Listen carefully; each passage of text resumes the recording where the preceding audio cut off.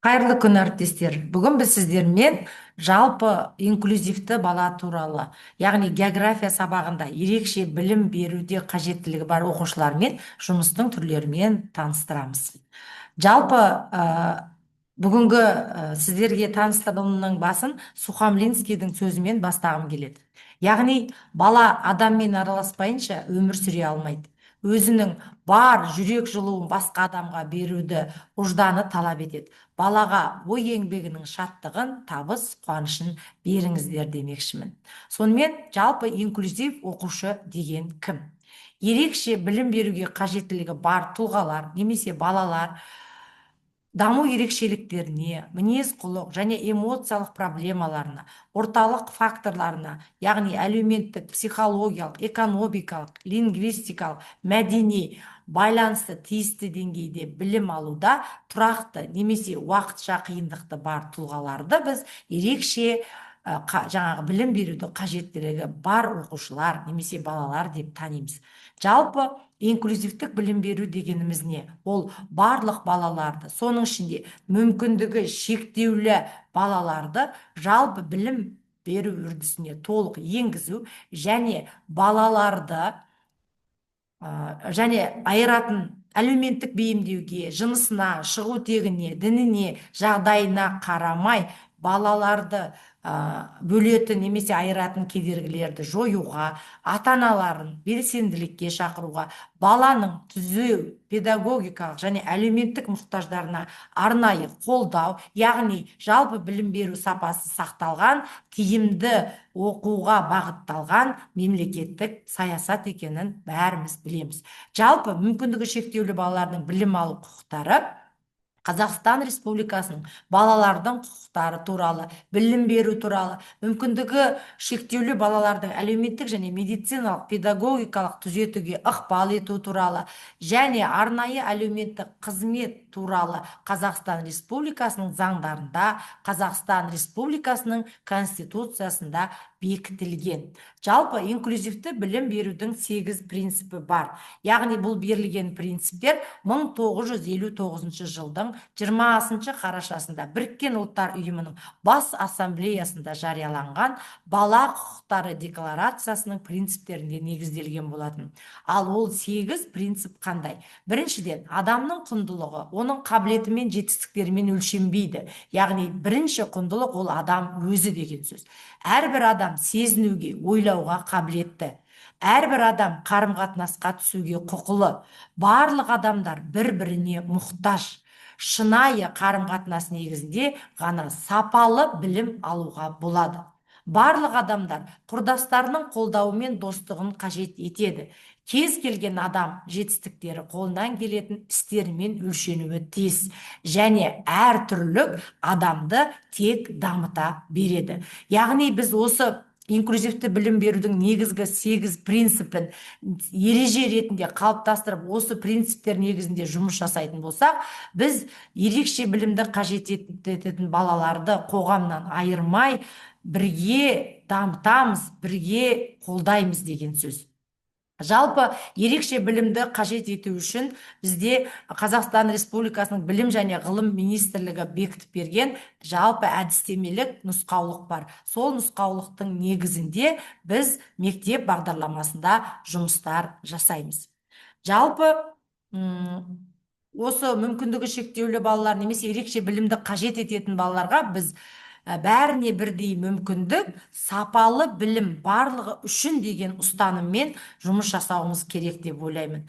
Жалпы осы оқушының қажеттілігін бағалау және қолдаудың бірінші деңгейіне нені жатқызуға болады? Яғни бағалау мен қолдауды ол біздің тарапымыздан, мұғалімдер тарапынан жүреді. Мұғалім формативті бағалау процесінде оқу қиындықтарын бірінші болып анықтайды. Егер ол жаңағы ерекше білімі бар қажет ететін оқушы болса, оған жаңағы біздің арнайы әрбір регионда бөлінген ПМПК анықтамасы болған балаларға жеке тапсырмалар беру арқылы әр уақытта қолдау көрсетіп отырады. Жалпы оның өз бетінше қиындықтарын, сипатын, олардың пайда болу себебін, оқушының қалыптасып жатқан білімдерінде олқылықтарын барлығын мұғалім анықтайды, және ол сол балаға негіздеп тапсырмаларды дайындай алады. Және де мына нәрсені сіздердің естеріңізге сала кетуді қажет деп ойлаймын. Ерекше білім беруде қажеттілігі бар білім алушыларды бағалау кезінде мұғалім сараланған немесе жеке тапсырмаларды қолдану міндетті. Сондай-ақ білім алушының ерекшеліктерін есепке ала отырып, оның ішінде және оқу бағдарламаларын іске асыру кезінде бағалау өлшем шарттарына өзгерістер енгізе алады. Яғни оны әр пән мұғалімі жүзеге асыра алады.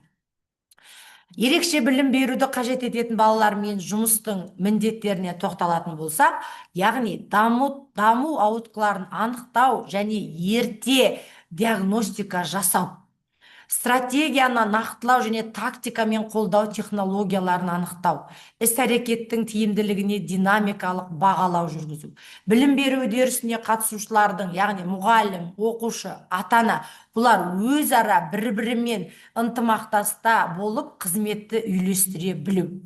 Диагностикада қиындықтар туындаған жағдайда, жанжалды жағдайлар, сондай-ақ ұсынымдар орындау процесінде оң динамика болмаған жағдайда психологиялық, медициналық, педагогикалық қызмет шеңберінде баланы комиссияға жолдау. Инклюзивті сыныптардағы оқушыларға психологиялық, педагогикалық қолдаулар көрсету. Жалпы ол белгілі бір кестелер негізінде жүзеге асады. Ол мектеп тарапында осындай диагнозы әртүрлі балаларға кесте түзіліп, ол балалар жаңағы диагнозына байланысты бізде белгіленген бағдарламалар арқылы, яғни кей балаларда жалпы білім беретін мектептің үлгілік бағдарламасымен жұмыс жасаса, ал кейбір диагнозы бар балалар ол бейімделген бағдарламамен, кейбір балалар тіпті жеке оқу бағдарламасымен оқиды. Ол үшін біз жаңағы міндетті түрде мына берілген кестені, яғни психикалық дамуын кешуі немесе диатының жеңіл бұзылысы деген жаңағы мамандар берген диагнозды міндетті түрде қарап, сол жаңа пән мұғалімі онымен таныс болуы керек. Сынып жетекші міндетті түрде. Енді география сабағында бұл оқушылармен қандай жұмыс жасау керек, немесе жұмыс жасаудың, немесе дидактикалық және әдістемелік шарттары қандай. Яғни ерекше білімді қажет ететін баланың оқушының өз бетіне ізденіс процесіне тарту керек. Оқушылардың оқу әрекетінің әртүрлі әдіс тәсілдерді қолдану керек. Сабақта әртүрлі түзету, жаттығу жұмыстарын жүргізу керек. Немесе жаңағы оқушылардың игерген білім мен білік сапасын тексерудің сан алуан формаларын қолдану керек. Мысалы, бізде жер табиғаты туралы қызықты мәліметтерді талқылау, немесе оларға әр сабақта сыныптастарымен достық қарым-қатынасты, немесе олармен диалогқа түсу дегенді әр пән мұғалімі жүзеге асырып отыру керек. Ол тек география сабағында емес, барлық сабақтарда ерекше білімді қажет ететін бала үшін қолданатын шарттар деп айтсақ болады. Жалпы география сабағында ерекше білімді қажет ететін балаларға жаңағы комиссияның бекітілген диагнозына байланысты әртүрлі тапсырмалар, яғни оларға сараланған, тіпті жеңілдетілген тапсырмалар беруге болады. Соның ішінде мен географиялық диктантты мысалға айтып кеткім келеді, немесе пазл карталарын, яғни географиялық номенклатураны түсіндіруде, немесе бала соған жауап беруде көбінесе осы пазл карталарын ойнатып, баланың қызығушылығын арттырып, оның танымдық дағдыларын жүзеге асыруға болады. Және осы әдістерді мен өз сабағымда көбірек қолданамын. Келесі тағы, мысалы, артық сөзді тап, қатарды толықтыр, әңгіме құрастыр. Осындай әдістерді мен сіздерге география сабағында қолдануды, ерекше білімді қажет ететін балаларға қолдануды ұсынатын едім. Яғни тез және балаға шаршатпайтын тапсырмалар болса, ол өте тиімді болады деп ойлаймын.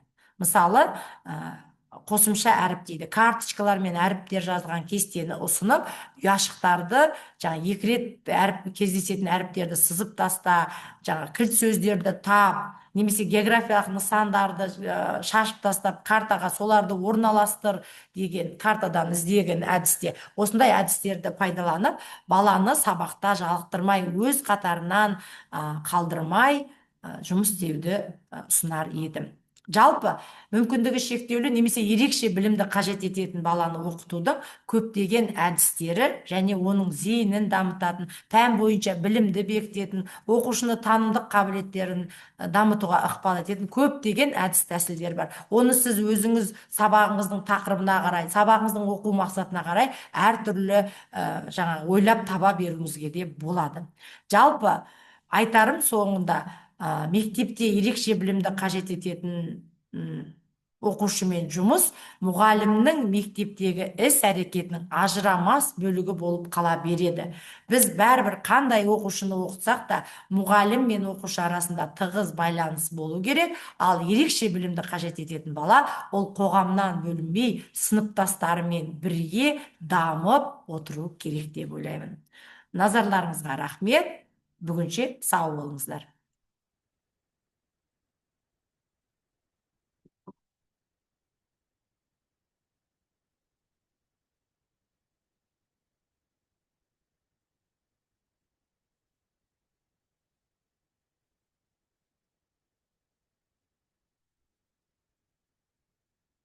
Таудан батып, ар жағын кесіп тастайсыз ба сіз?